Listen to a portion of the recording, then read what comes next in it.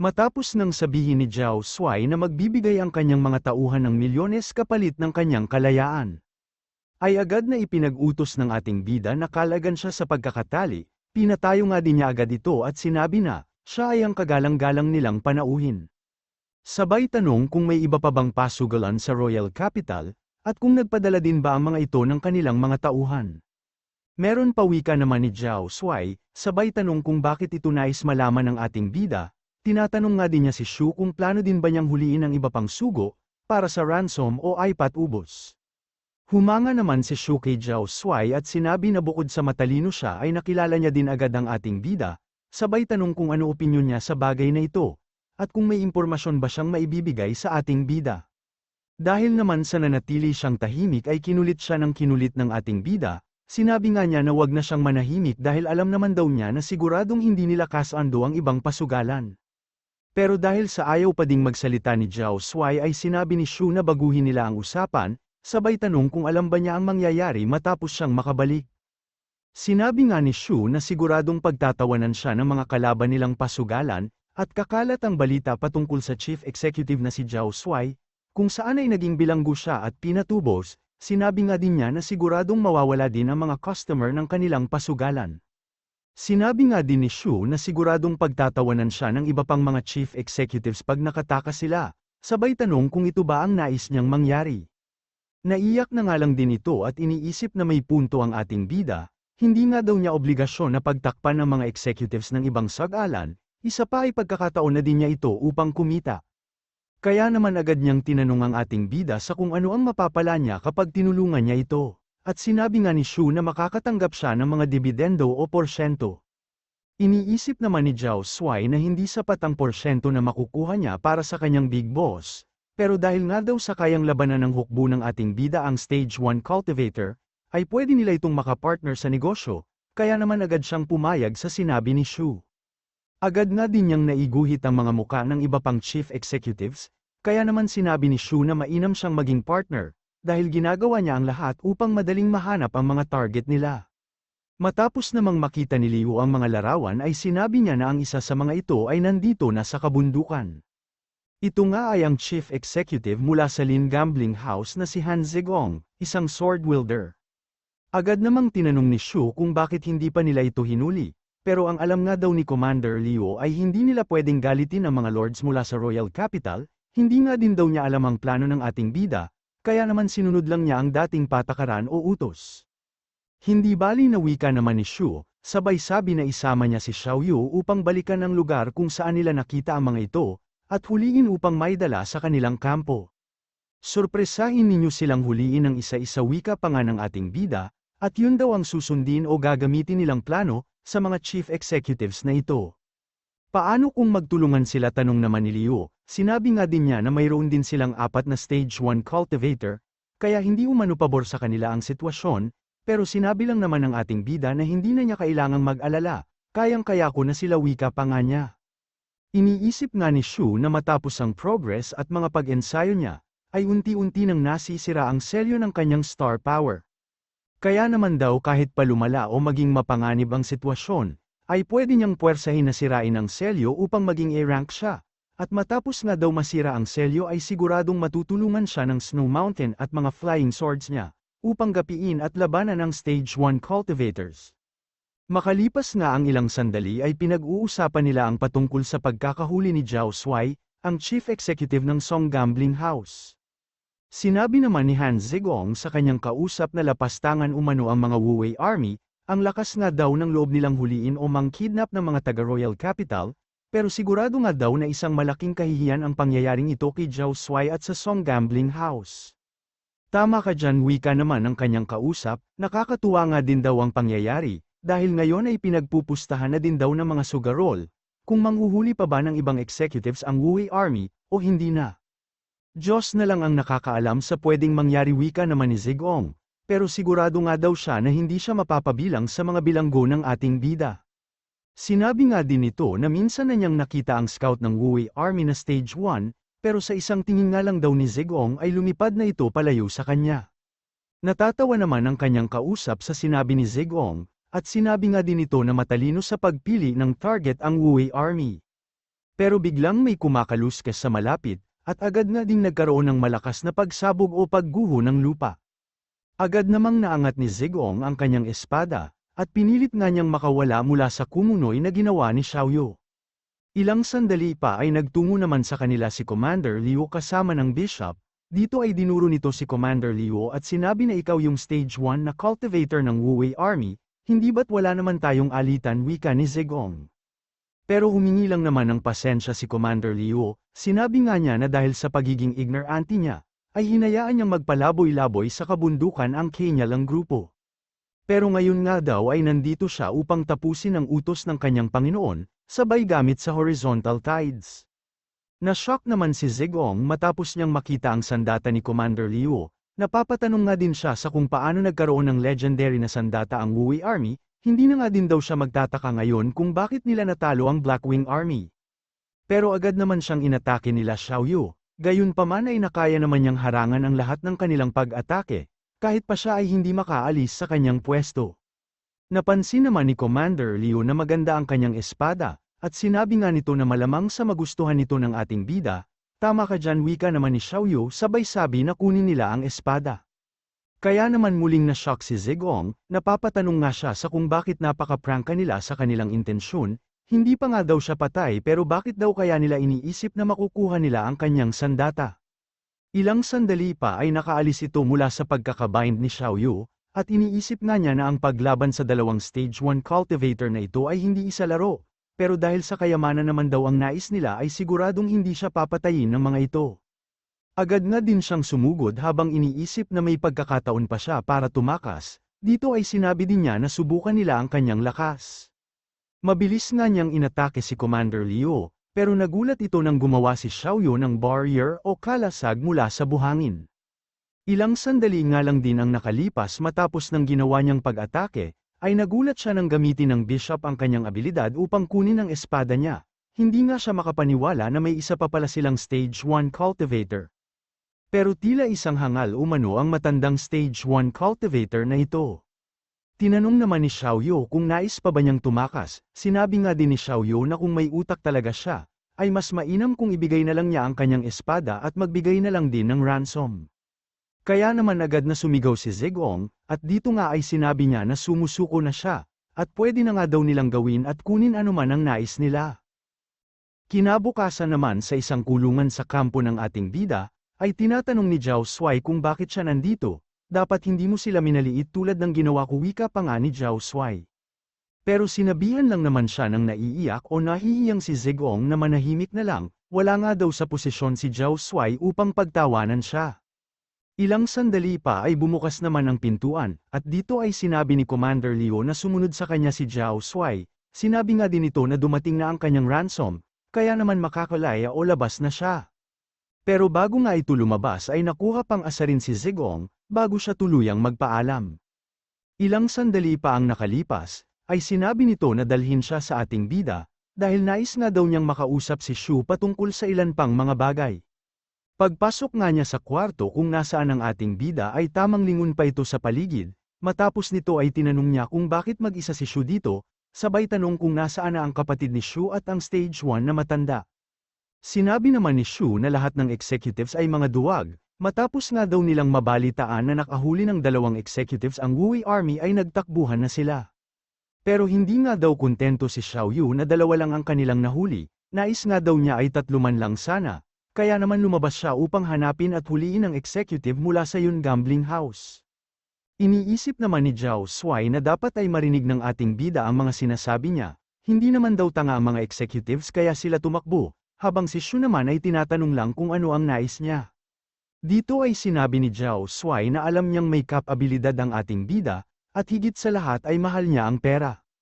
Sunod nito ay tinanong niya si Shu kung bakit hindi na lang siya makipagtulungan sa kanila, sa kasalukuyan nga daw ay tumataas at lumalakas na ang pastahan patungkol sa kanila sa Royal Capital, kaya naman sigurado siya na pwede silang kumita ng malaki. Iniisip naman ni Shu na matalinong lalaki ang nasa harap niya. Mas inuuna nga daw nito ang interest kaysa sa galit, at ito din umano ang dahilan kung bakit mas gusto niyang makipag-usap sa mga negosyante. Agad ngang sinabi ni Shu na nais niyang mapunta sa kanya ang kalahati ng kikitain nila, Bukod dito ay nais din daw niya na armor at sandata ang ibiga nilang kabayaran. Habang iniisip na ngayong madami na siyang pera, ay mas mapapakinabangan niya ang armor at sandata, iniisip nga din niya na matagal pa bago matapos ang digmaan, kaya naman mas kikita pa siya pag lumakas ang kanilang hukbo. Sinabi naman ni Zhao Shuai na siguradong sasang-ayon ang kanyang big boss sa nais ng ating bida, sabay bigay sa isang salamin at sinabi na isa itong telemirror, magagamit nga daw nila ito para sa kanilang communication. Agad namang nag-inject ng superpower si Shu dito, at nagpakita nga ang isang lugar na labis pa niyang tinitigan.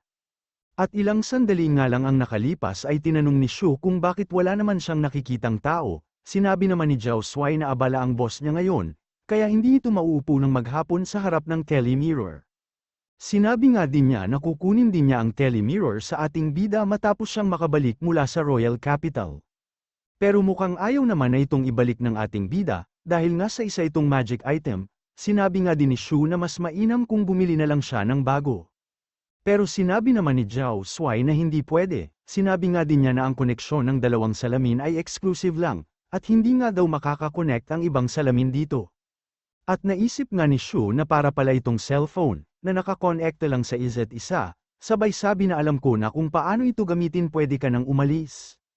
Bago naman umalis si Zhao Shuai ay sinabi nito na pagbalik niya sa Royal Capital, ay agad niyang ihahanda ang lahat ng kailangan nila.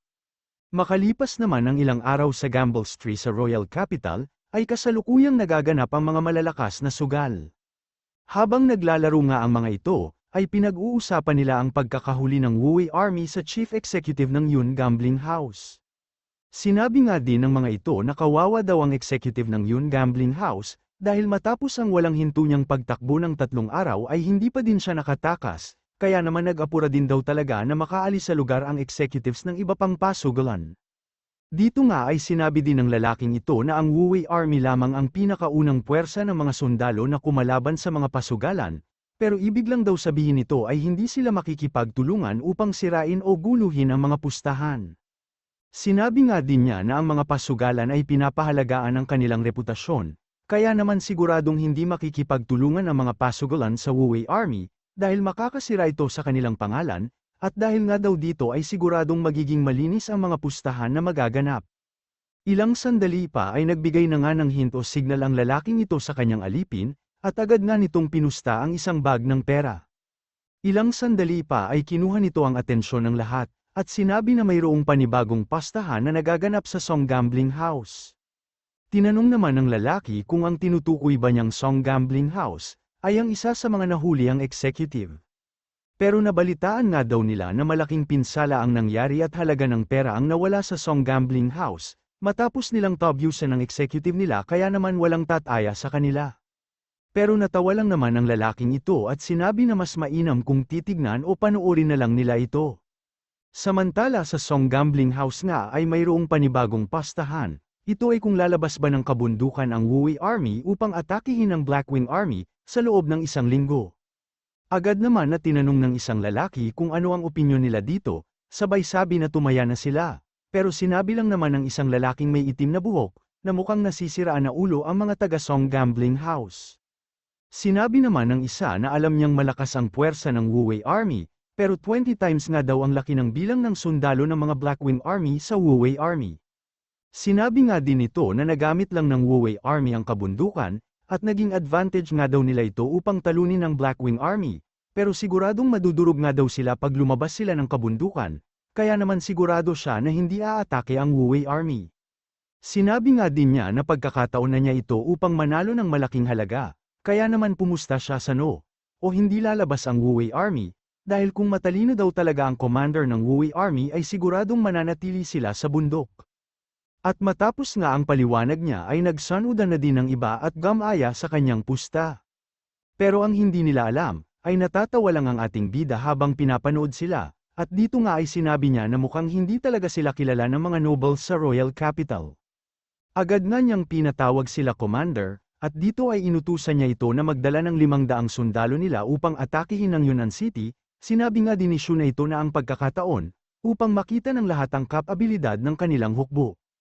Makalipas nga ang 2 araw ay inatake at pinabagsak nila Commander Liu ang Yunnan City. Dumating naman agad sa Royal Capital ang balita patungkol dito, kung saan ay pinangunahan ni Commander Liu na isang scout ang 500 sundalo, at makalipas ang ilang araw na labanan ay sumuko at natalo ang Blackwing Army, kung saan ay 3,000 sundalo nila ang namatay.